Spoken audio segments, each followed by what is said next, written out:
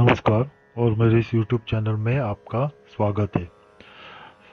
कृपानुभूति की सत्य घटनाओं के ऊपर जो मैंने कहानियों की श्रृंखला शुरू की है, उसके तहत आज मैं आपको गजेंद्र मोक्ष के पाठ से भगवान की कृपानुभूति एक भक्त के जीवन में किस प्रकार हो गई, ये उसी भक्त ने जो अपने शब्दों में बयान की है, वैसी की वैसी मैं आपको पढ़ के सुनाऊंगा। ये कृपानुभूति कल्याण मासिक के कृपानुभूति अंक जो है 2022 का, उसमें छपी हुई है और ये भेजने वाले हैं श्री अनुज प्रताप सिंह जी। तो उन्हीं की भाषा में वैसी की वैसी मैं आपको सुनाऊंगा। ये जो कहानियाँ रहती है सत्य घटना पर, जो कृपानुभूति कैसे भक्तों के जीवन में हो गई है, ये भगवान की लीलाएं होती हैं कलिकाल में। तो ऐसी लीलाओं को जैसे हम पुराणों में लीलाएं पढ़ते हैं, वैसे ये भी लीलाएं हैं भगवान के। इनको भी पढ़ना चाहिए और दूसरों को भी सुनाना चाहिए या शेयर करना चाहिए, ताकि उनकी भी आध्यात्मिक उन्नति हो जाए और आपकी भी आध्यात्मिक उन्नति हो जाए और इनसे आपको पुण्यफल की प्राप्ति हो जाए। तो कहानी शुरू करने से पहले मेरी आपसे नम्र विनती है कि अगर अभी तक आपने मेरा चैनल सब्सक्राइब नहीं किया है तो आप जल्दी से मेरा चैनल सब्सक्राइब कीजिए और बेल आइकॉन दबाना ना भूलिएगा।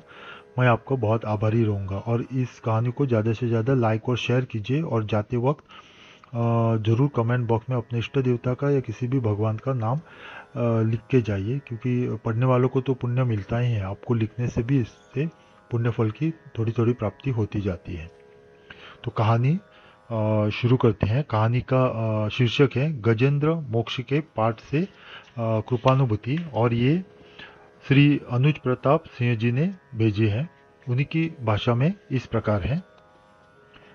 मैं काशी हिंदू विश्वविद्यालय वाराणसी से एमए पीएचडी हिंदी में करके उच्च शिक्षा विभाग में प्राध्यापक पद के लिए प्रयासरत था। बीच बीच में अन्य सेवाओं के लिए भी प्रयास करता रहा, पर कहीं कुछ तो कहीं कुछ व्यवधान आ जाता था। सब प्रकार की अनुकूलता के उपरांत भी परिणाम विपरीत आ जाता था। एक दिन मैंने अपनी पीड़ा को अपने शिक्षक से कहा। वे धार्मिक प्रवृत्ति के थे। कुछ विचार करके उन्होंने कहा, तुम तो दुर्गा कुंड पर रहते हो।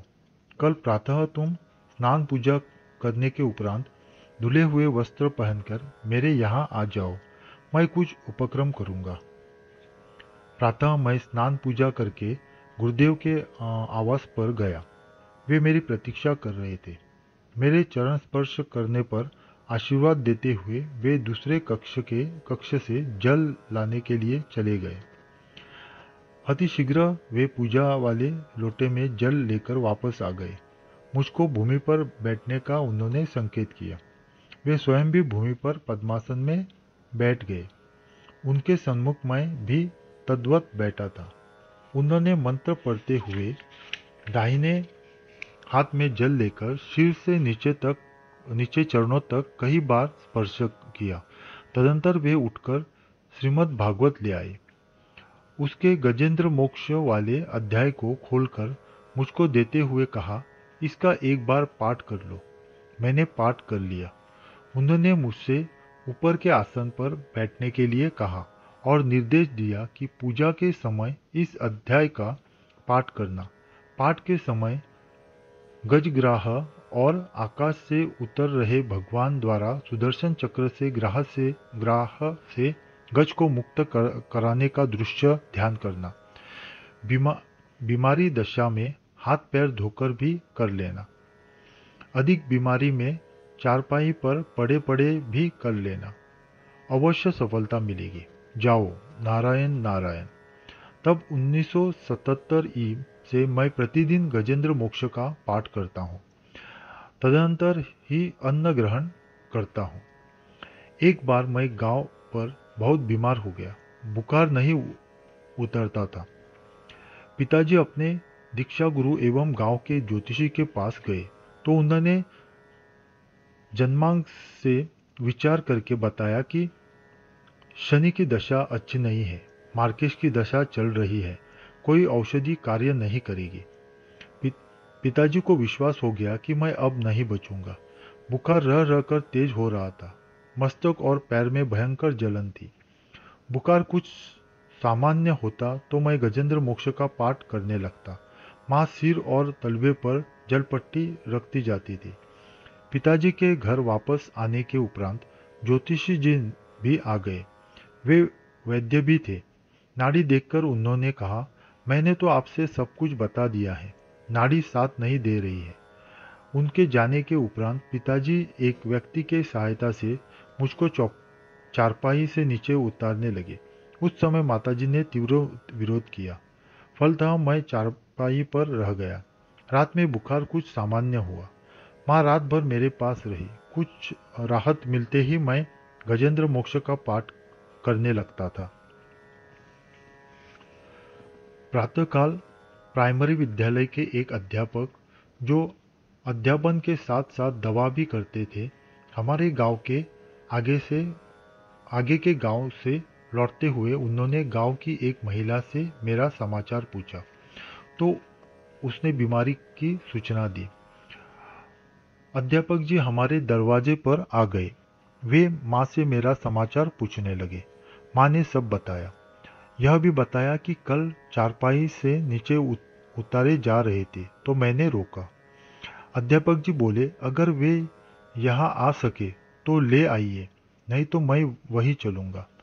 मैं माँ का सहारा लेकर बाहर आया और अध्यापक जी को प्रणाम किया। उन्होंने आशीर्वाद देते हुए चारपाई पर बैठने के लिए कहा। वे निकट की कुर्सी पर बैठ गए। पिताजी से उन्होंने कहा, आप मुझको बता देते, फिर सब कुछ मैं देख लेता। उन्होंने नाड़ी देखकर दवा दी और अगले दिन आने के लिए कहा। माँ ने मुझको एक खुराक दवा दी। मुझको कुछ आराम मिला और मैं सो गया। जगने के उपरांत ज्योतिषी जीवन मरण का समाचार लेने आ गए। मुझको सामान्य दशा में देखकर उनको बहुत आश्चर्य हुआ। वे बोले, ग्रह दशा तो बहुत खराब चल रही है। मैंने कहा, पंडित जी, भक्तों और तांत्रिकों की कुंडलियां नहीं घटती हैं। मैं भक्त और आप तांत्रिक, न मेरी घटी न आपकी घटेगी। दूसरे दिन अध्यापक जी पुनः आए। उन्होंने नाड़ी देखकर कहा, बुखार तो नहीं है, पर ये 4 गोलियां प्रातः सायं ले लीजिएगा। मैं गजेंद्र मोक्ष का नियमित पाठ करता हूँ। आपदा एवं किंकरवत की दशा में भी करता हूँ। पाठ के उपरांत मुझको शांति, सफलता और शक्ति की अनुभूति होती है।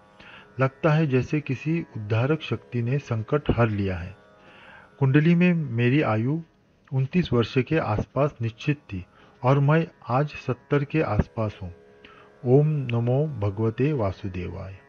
कहानी इतने पर खत्म होती है। बहुत ही रोचक कहानी है, कैसे उनकी आयु कम होने पर भी गजेंद्र मोक्ष की पाठ की कृपा से भगवान की कृपानुभूति उन पे हुई और आज तक वो 70 के साल तक वो जीवित रहे।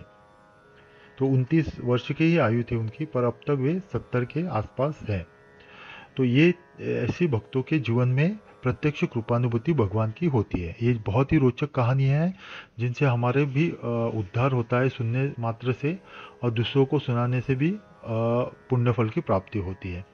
तो ये ऐसे कहानियों को जरूर सुनिए और दूसरों को सुनाइएगा।